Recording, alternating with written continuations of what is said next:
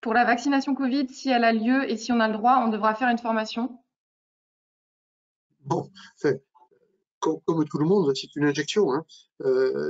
La seule formation qu'on doit avoir, c'est de récupérer l'information pour la bonne utilisation de ce vaccin et de savoir comment le reconstituer, comment l'utiliser, et du multidose, comment s'organiser pour que si on injecte, et que voilà, dans le multidose, c'est cinq patients, ben, d'avoir une série de 5 patients en rendez-vous pour pouvoir ne pas gaspiller le vaccin. À quand la fusion du DP et du DMP, afin d'avoir accès aux informations médicales et suivi de la délivrance des médicaments? Ben, c'est un sujet, bon, bien sûr, nous, on soutient hein, cette fusion, hein, on aide l'ordre des pharmaciens à avoir cette discussion avec l'assurance maladie.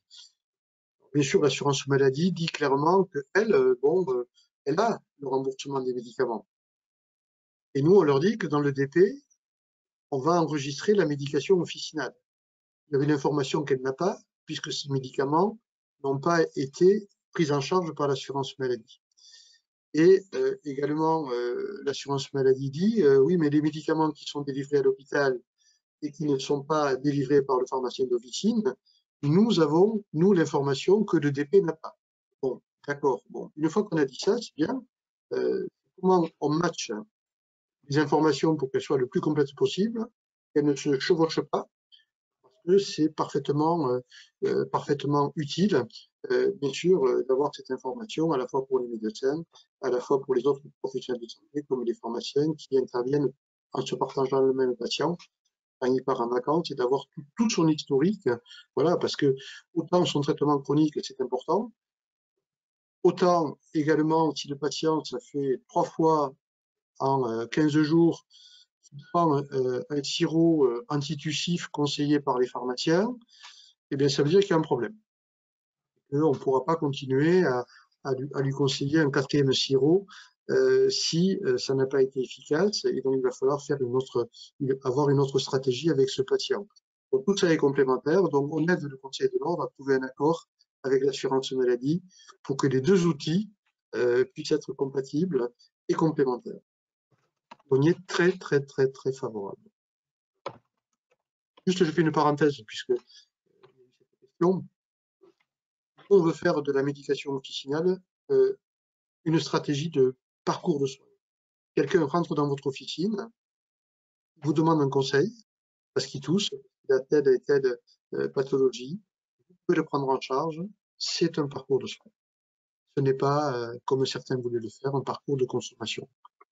Donc un parcours de soins, ça veut dire qu'on l'enregistre sur le patient, qu'on enregistre dans son historique, dans le DP, et qu'on se bagarre aujourd'hui pour que ce parcours de soins soit reconnu par les complémentaires santé, peut être pris en charge en tiers payant, parce qu'aujourd'hui, les patients qui viennent à la pharmacie sont pénalisés financièrement parce qu'ils viennent à la pharmacie et leur mutuelle ne marche pas. Ça n'a aucun sens. C'est le choix du patient de dire je préfère cette porte que la porte de l'hôpital, des urgences, ou la porte du médecin parce qu'il est débordé. Eh bien, il faut reconnaître ce parcours et en le mettant à égalité sur le plan financier. Ensuite, on aura aussi le débat sur la prise en charge des protocoles de premier recours, comme le Monuril. Il faudra bien que quelqu'un le prenne en charge, le Monuril, quand on pourra le conseiller.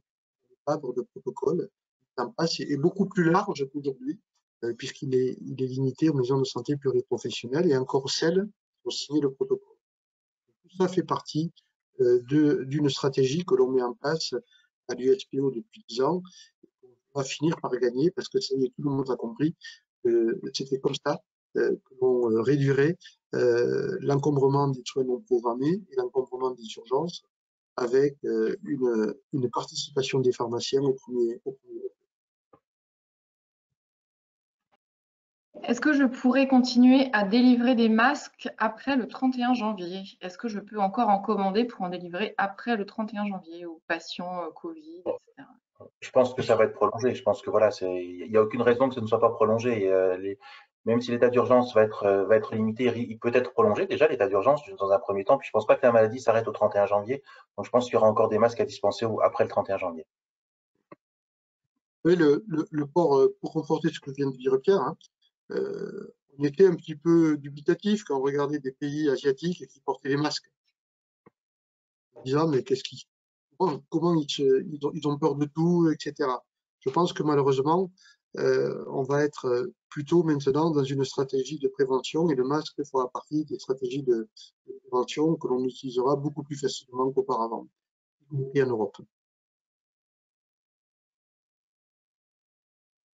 Alors, un autre sujet qu'on n'a pas évoqué, qu'en est-il des problèmes d'enregistrement de garde sur le site Paygarde? Ah, alors, je sais qu'il y a aujourd'hui un protocole qui a été changé pour tous les systèmes et que, effectivement, pour les gardes, ils ont réussi à passer les gardes du mois d'octobre sans difficulté. Je sais qu'ils travaillent pour rendre ce système opérationnel pour le mois de novembre. Je leur ai demandé, bien évidemment, qu'il n'y ait pas d'incident. On les a alertés à plusieurs reprises. Ils nous ont dit qu'ils faisaient tout pour mettre ça en place pour pas qu'on revienne au papier. Je n'ai pas d'informations comme quoi le système est bloqué aujourd'hui pour le paiement des gardes. Mais voilà, on sait que c'est un problème purement technique, quel que soit l'opérateur d'organisation des gardes qui le fait et qui transmet ces informations à Paygarde. J'espère qu'on n'aura pas une période de surcharge de travail en retournant à la procédure papier et pas à la procédure électronique comme c'est fait aujourd'hui, mais je n'ai pas de retour. Je sais que ça les inquiète beaucoup, mais qui sont mobilisés, toutes les équipes de la CNAM sont mobilisées pour ça. On nous épargne rien cette année, même ça, on ne nous l'épargne pas.